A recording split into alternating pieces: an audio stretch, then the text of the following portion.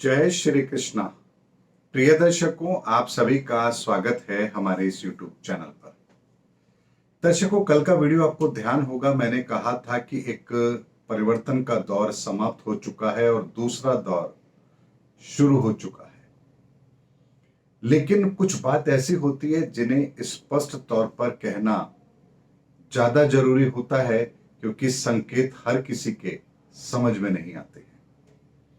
इसीलिए दर्शकों, आज का वीडियो बहुत ही महत्वपूर्ण होने वाला है, क्योंकि आज के वीडियो में जो बात मैं आपको कह रहा हूं, हालांकि बात मैं पहले ही आपको कह चुका हूं अपने 2023 के वीडियो के अंदर, लेकिन अब जब घटनाएं वो घटित हो रही हैं तो आपको उसका प्रभाव देखने को जरूर मिल रहा है।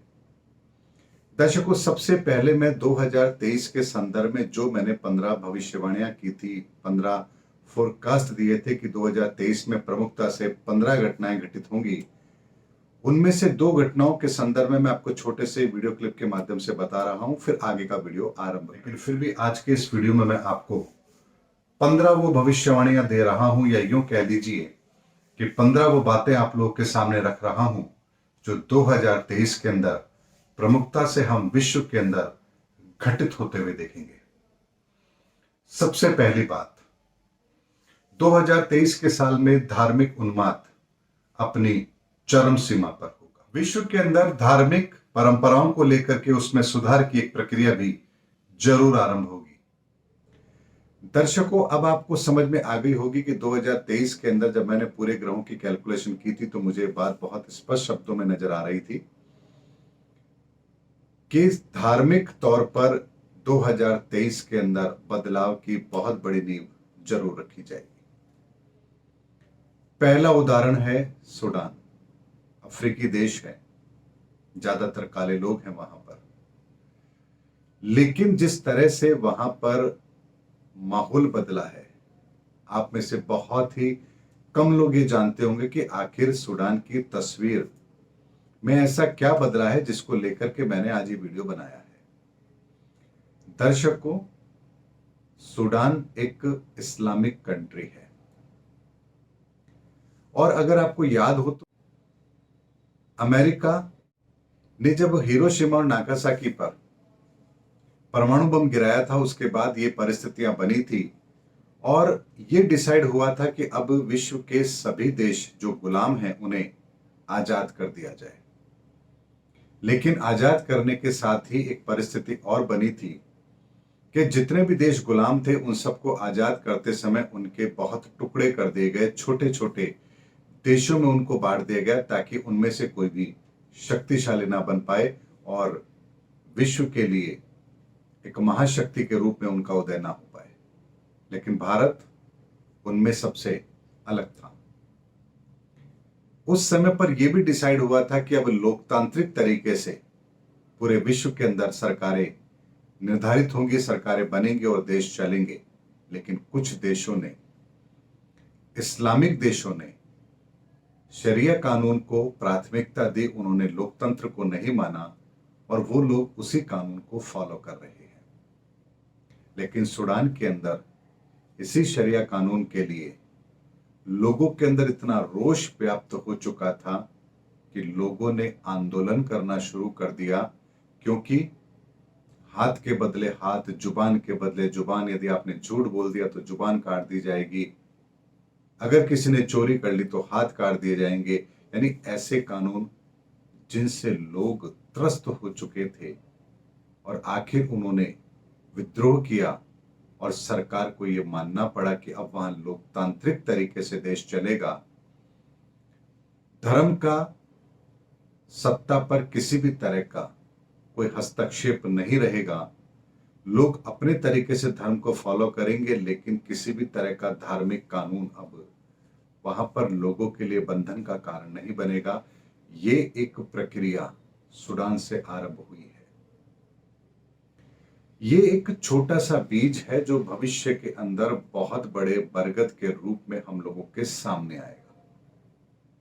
मैंने कहा था कि धार्मिक सुधार की प्रक्रिया भी आरंभ होगी। कट्टरपंथी विचारधाराओं का बहुत बड़ा नुकसान होगा और ये उसी की पहल है। ऐसे में आप ये देखिए कि पूरे विश्व के अंदर जहां भी इस्लामीकरण हुआ, कन्वर्जन बहुत तेजी से हुआ, लोगों को धर्म परिवर्तन के लिए मजबूर किया गया, वहां पर वो लोग जो मूलतः मुस्लिम सभ्यता से नहीं आते, उस संस्कृति से नहीं आते, यानी अरब कंट्री की अगर मैं बात करूं तो वहां से वो लोग नहीं आते हैं। बाकी के लोग जो हैं, यानी सूडान की अगर मैं बात करूं तो अफ्रीकन लोग हैं, वो निश्चित तौर पर उनका कन्वर्जन हुआ है, क्योंकि उनका कभी इस्लाम से कोई सीधा संबंध नहीं रहा होगा, लेकिन कन्वर्जन हुआ है। और आज उन्होंने जिस तरह की एक प्रक्रिया को अपनी जिंदगी के अंदर अपनाया है, अपने देश के अंदर अपनाया है, ये धीरे धीरे सुधार प्रक्रिया पूरे विश्व के लिए एक निर्णायक बात सिद्ध होगी। और इस भविष्यवाणी को जो मैंने पहले ही कर दी थी, उसको आप अब सत्य होता हुआ देख रहे हैं। धीरे धीरे दुनिया उसी ओर बढ़ रही है। लेकिन वीडियो बनाना इसलिए जरूरी था ताकि आपको एक बात मैं समझा सकूं कि जब प्रकृति किसी बड़े बदलाव के लिए दुनिया को तैयार करती है, तो चाहे आप बदलना चाहें या ना चाहें, मैं बदलना चाहूं या ना चाहूं, दुनिया में कोई भी अपने आप को बदलना चाहे या ना चाहे, लेकिन कुदरत तो उन्हें बदल कर ही रहती है। इसीलिए जो लोग ये सोचते हैं कि दुनिया तो ऐसे ही चलती है और ऐसे ही चलेगी, तो ऐसे लोगों का वक्त अब समाप्त हो चुका है। दुनिया में बहुत बड़े बदलाव आरंभ हो चुके हैं। कुछ लोग इस बात को बहुत अच्छी तरह से समझ चुके हैं और अपनी जिंदगी को बदलाव के उस दौर के लिए तैयार कर रहे हैं। कुछ लोग हैं जिन्हें परिवर्तन समझ तो आ रहा है, उन्हें महसूस तो हो रहा है, लेकिन उन्हें यह समझ नहीं आ रहा कि आखिर इस परिवर्तन के अंदर हम क्या करें। वो अभी द्वंद्व की स्थिति में है। और तीसरे वो लोग हैं जिन्हें परिवर्तन दिखाई ही नहीं दे रहा है और वो अभी भी ये मान रहे हैं ये तो सब चलता रहता है, दुनिया है, ये सब कुछ चलता रहता है, इसमें कोई बड़ी बात नहीं है। तो जिन लोगों की ये सोच है, प्रकृति अब उनको पूरी तरह से बदलने के मूड में है। उनके पास कोई विकल्प नहीं है और ना ही भविष्य में कोई विकल्प शेष रहेगा। उन्हें तो बदलना ही पड़ेगा, या तो विचारों को बदलेंगे या ये शरीर बदलना पड़ेगा, लेकिन बदलाव तो जरूर होगा। इसीलिए दर्शकों, 2023 के अंदर धार्मिक, हमारे अध्यात्म को लेकर के, हमारी संस्कृति को लेकर के दुनिया के अंदर एक बहुत बड़ा सकारात्मक परिवर्तन आरंभ हुआ है। और ये छोटी बात नहीं है, बहुत बड़ी बात है। इससे आप ऐसे समझ लीजिए कि जैसे किसी एक बीज की शुरुआत होती है एक अंकुर के रूप में। आप उस समय उसके वृक्ष की कल्पना नहीं कर सकते, लेकिन एक किसान जो उस बीज के संदर्भ में जानता है, वो ये जानता है कि ये छोटा सा अंकुर कितना बड़ा वृक्ष बनने की ताकत रखता है। इसी तरह से एक एस्ट्रोलॉजर ये जानते हैं कि जो परिवर्तन शुरू हुए हैं, जो ग्रहों की परिस्थिति बनी है और उस परिस्थिति का प्रभाव हम पर पड़ा है, ये कितना बड़ा है और दुनिया को कितने बड़े बदलाव देकर जाएगा। इसलिए दर्शकों, मुझे इस बात की खुशी है कि 2023 में धर्म विशेष को लेकर के कही गई मेरी बात अक्षर अक्षर सत्य हुई है, क्योंकि मेरा ज्योतिषीय आकलन था और मुझे अपने ज्योतिषीय आकलन पर सदैव कॉन्फिडेंस होता है, क्योंकि मैं कैलकुलेशन पर पूरा भरोसा करता हूं, भावनाओं को कहीं भी स्थान नहीं देता हूं।